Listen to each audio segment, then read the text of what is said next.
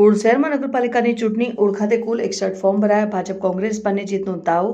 આણંદ જિલ્લાના ઓડ શહેરની નગરપાલિકાની ચૂંટણીના ફોર્મ ભરવાનો આજે 1 ફેબ્રુઆરીએ છેલ્લો દિવસ હતો. ભાજપ કોંગ્રેસ અને અપક્ષ ઉમેદવારોએ પોતાની ઉમેદવારી નોંધાવી. મોટી સંખ્યામાં ઉમેદવારોની સાથે તેમના ટેકેદારોને લઈને પાલિકા ખાતે ઉમેદવારી નોંધાવી. ઓડ નગરપાલિકાની ચૂંટણીમાં કુલ 61 ફોર્મ ભરાયા હતા. બીજેપી 24, કોંગ્રેસ 34, અપક્ષ 3 કુલ 61 ફોર્મ ભરાયા હતા અને ફોર્મ ભરવાનો છેલ્લો દિવસ હોય નગરપાલિકાએ બહુ ભીડ જોવા મળી. ઉમેદવારો પોતાના ટેકેદારો સાથે વાસ્તે ગાસ્તે ફોર્મ ભરવા આવ્યા અને ઉમેદવારી પાછી ખેંચવાની છેલ્લી તારીખ 4 ફેબ્રુઆરી છે. 16 ફેબ્રુઆરીએ મતદાન યોજાશે અને 18 ફેબ્રુઆરીએ ચૂંટણીનું પરિણામ જાહેર કરવામાં આવશે.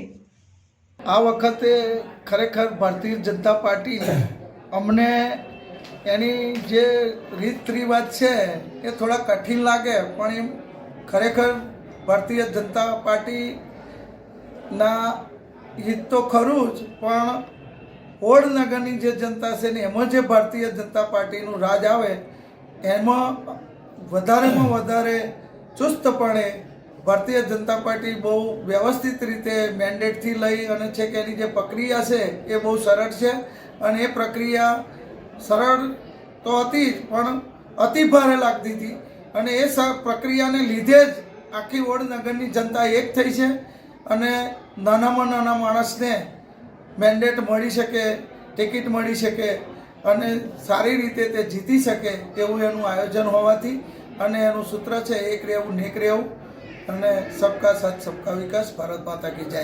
બીજેપી તરફથી ભર્યા, તમે શું કહેશો? ભારતીય જનતા પાર્ટી તરફથી ઓડ નગરમાં પહેલી વખત તમામ સમાજો એક થઈ સનાતન ધર્મની સંસ્કૃતિની રક્ષા માટે અને બધા એક થઈ નરેન્દ્રભાઈ મોદીની વિચારધારા સૌનો સાથ, સૌનો વિકાસ, સૌનો વિકાસ, સૌનો પ્રયાસ એ સૂત્ર મુજબ ઓડ નગરને વિકાસ માટે બધા એક થઈ અને અમારા 24 ઉમેદવારો અત્યારે મેદાનમાં ઉતર્યા છે.